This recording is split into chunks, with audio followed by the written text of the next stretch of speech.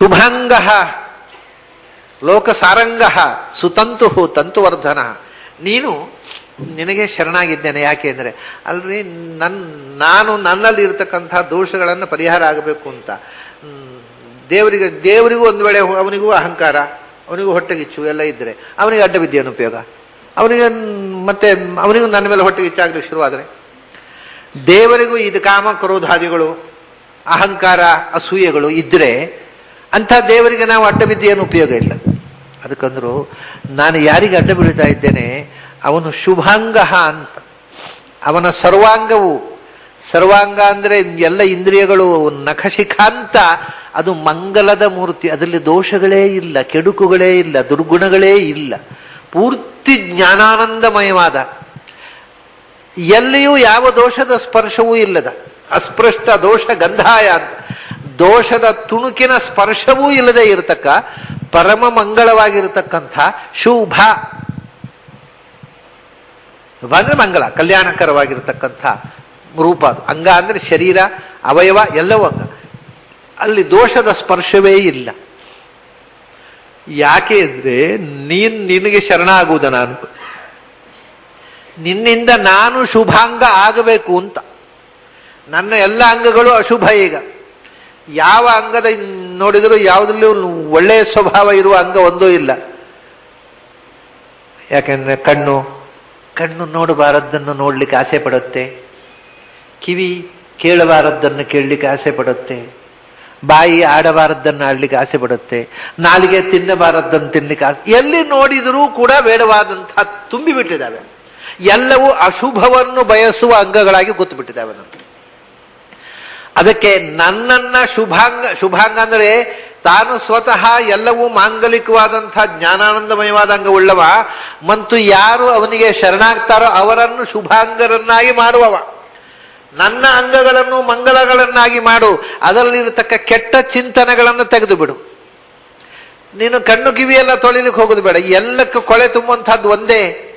ಕಣ್ಣಿನಲ್ಲಿ ಕೆಟ್ಟದ್ದನ್ನು ನೋಡುವ ಯೋಚನೆ ಮಾಡುವುದು ಯಾವುದು? ಮನಸ್ಸು.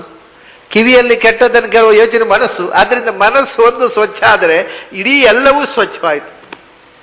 ಅದಕ್ಕೆ ಮನಸ್ಸು ಒಂದನ್ನು ನೀನು ಸ್ವಿಚ್ ಆನ್ ಮಾಡಿ ಇಟ್ಟಷ್ಟು ಕಾಲ ಭಗವಂತನ ಹತ್ರ ಹೋಗೋದಕ್ಕೆ ಆಗುದಿಲ್ಲ. ಅದು ಕೆಟ್ಟದ್ದನ್ನೇ ಯೋಚನೆ ಮಾಡ್ತಾ ಕೂತ್ಬಿಡುತ್ತೆ.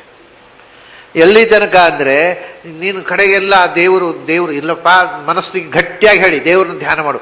ಅದು ಕೂಡಲೇ ಒಂದು ಪ್ರಶ್ನೆ ಆಗತ್ತೆ. ಹೌದಯ್ಯ, ದೇವ್ರನ್ನ ಧ್ಯಾನ ಮಾಡು ಅಂತ ಹೇಳ್ತಿ, ದೇವ್ರು ಇದ್ದಾನೆ ಅಂತ ಏನು ಗ್ಯಾರಂಟಿ ಅಂತ ಪ್ರಶ್ನೆ ಆಗಿ ಕೂತ್ಬಿಡುತ್ತೆ ಅದು ಮನಸ್ಸು. ಅಲ್ಲಿಗೆ ಮತ್ತೆ ಆ ಮನಸ್ಸಿಗೆ ಉತ್ತರ ಕೊಡೋರು ಯಾರು? ಹೀಗೆ ಹೆಜ್ಜೆ ಹೆಜ್ಜೆಗೆ ನಮ್ಮನ್ನು ಗೊಂದಲದಲ್ಲಿ ಹಾಕುವಂತ ಮನಸ್ಸನ್ನ ಶುಭದ ಕಡೆಗೆ, ಮಂಗಲದ ಕಡೆಗೆ ತಿರುಗಿಸು, ಶುಭಂಗನಾಗು. ಅದಕ್ಕೋಸ್ಕರ ಏನು? ಲೋಕಸಾರಂಗ. ಲೋಕದಲ್ಲಿ ನಮಗೆ ಏನಾಗಬೇಕು ಅಂದ್ರೆ, ಈ ಅವಧೂತ ಅಂತ ಒಬ್ಬ ಭಾಗವತಲ್ಲಿ ಅವಧೂತನ ಕಥೆ ಅಂತ ಬರುತ್ತೆ.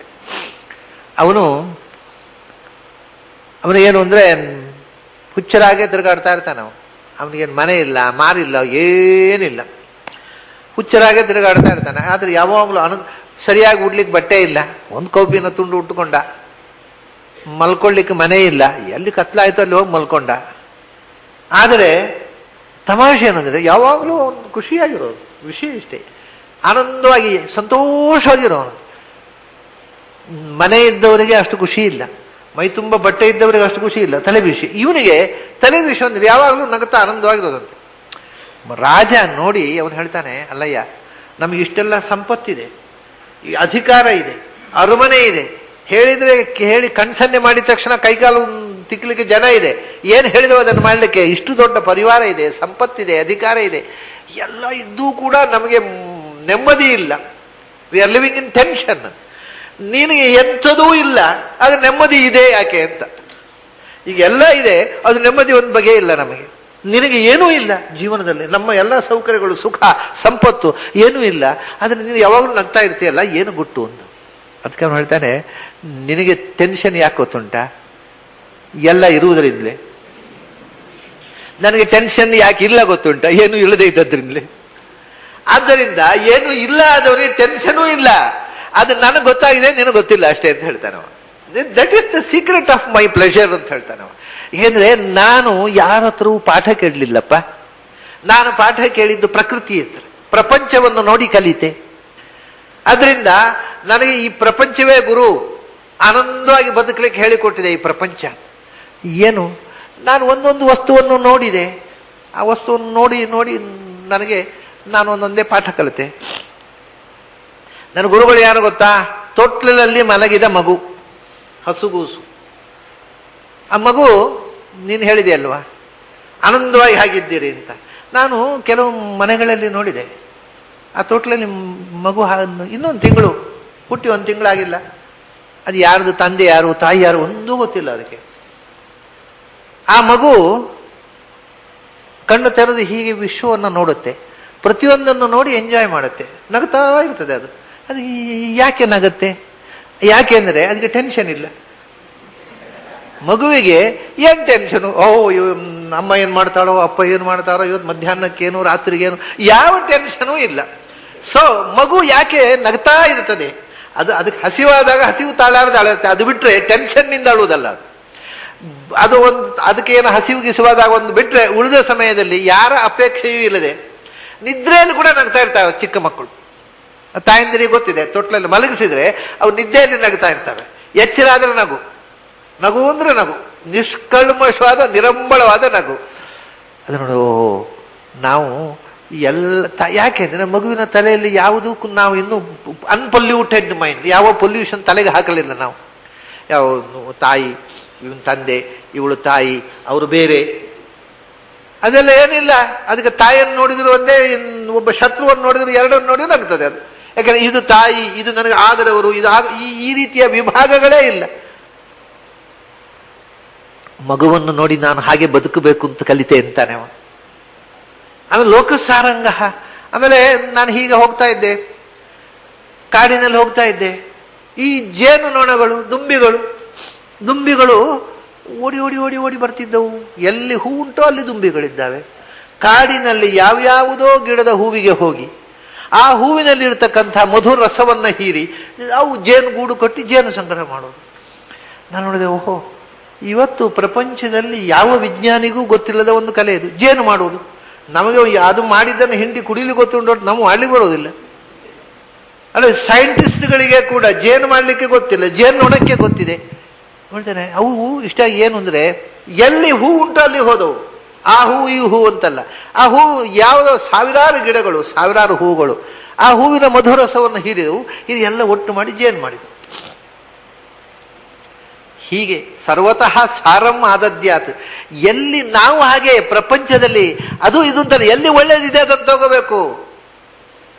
ಜೇನುನೊಣದಿಂದ ಜೇನುನೊಣ ನನ್ನ ಗುರುವಪ್ಪ, ಎಲ್ಲಿ ಒಳ್ಳೇದಿದೆ ಅದು ನಮ್ಮವರದು, ಅದು ಅವರದ್ದು, ಅದು ಇವರದ್ದು, ಹಾಗೆ ಪರಭೇದದಲ್ಲಿ ಎಲ್ಲಿ ಒಳ್ಳೇದುಂಟೋ ಅದನ್ನು ತಗೊಳ್ಳೋದು ಅಷ್ಟೇ. ಎಲ್ಲಿ ಒಳ್ಳೇದು ಸಿಕ್ಕಿತ್ತು ಎಲ್ಲ ಹೂಗಳಿಂದ ಸಾರ ತಗೊಂಡು. ಭ್ರಮರ ವೃತ್ತಿ, ಮಧುಕರ ವೃತ್ತಿ ಅಂದರೆ ಒಂದು ಅರ್ಥ ಇದು.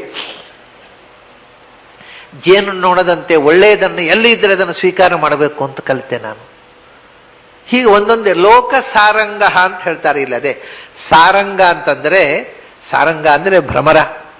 ಇಡೀ ಪ್ರಪಂಚದಲ್ಲಿ ಭ್ರಮರದಂತೆ ಸಾರವನ್ನು ಗ್ರಹಿಸುವಂಥ ಸ್ವಭಾವವನ್ನು ನಮಗೆ ಕೊಡು. ಯಾಕೆಂದ್ರೆ ನೀನು ಇಡೀ ಲೋಕದಲ್ಲಿ ಲೋಕಕ್ಕೆ ಸಾರವನ್ನು ಕೊಟ್ಟವ ನೀನು. ಲೋಕಸ್ಯ ಸಾರಂ ಗಮಯತಿ. ಪ್ರಪಂಚದಲ್ಲಿ ನಿನ್ನನ್ನು ಒಬ್ಬನನ್ನು ಬಿಟ್ಟರೆ ಎಲ್ಲವೂ ಅಸಾರ. ಆ ವಸ್ತು ಸಾರ ಆಗುವುದು ನೀನು ಇರೋದರಿಂದ. ಈಗ ಒಂದು ಮನುಷ್ಯ, ಆ ಮನುಷ್ಯ ನೋಡಿ, ಬ್ರಹ್ಮಣಾ ತ್ಯಕ್ತ ದೇಹಸ್ತು ಮೃತ ಇತ್ಯುಚ್ಯತೆ ಬುಧೈಹಿ. ಮಹಾಭಾರತದಲ್ಲಿ ವ್ಯಾಸರು ಹೇಳ್ತಾರೆ, ಒಬ್ಬ ಮನುಷ್ಯ ಸತ್ತ ಅಂದ್ರೆ ಏನು? ಸತ್ತ ಅಂದ್ರೆ ಅದರೊಳಗಿದ್ದ ಭಗವಂತ ಹೊರಟೋದ. ಭಗವಂತ ಹೊರಟು ಹೋದ್ರೆ ಅದು ನಿಸ್ಸಾರ. ಅದರೊಳಗೆ ಭಗವಂತ ಕೂತಿದ್ದಾಗ ಆ ಜೀವದ ಕಾರ್ಬಾರ್ ಏನು ಇಂಟರ್ನ್ಯಾಷನಲ್ ಫಿಗರ್ ಆಗ್ಬೋದು. ಓಹೋ, ಅವನು ಬಂದಾಗ ಮಾಲೆ ಹಿಡ್ಕೊಂಡು ಕ್ಯೂ ನಿಲ್ಲುವುದೇನು? ಅವನು ಸತ್ತ ಮೇಲೆ ಮಾತಾಡಿಸೋನಿಲ್ಲ. ಮಾತಾಡಿಸಿದ್ರೆ ಮಾತಾಡುದು ಯಾರು?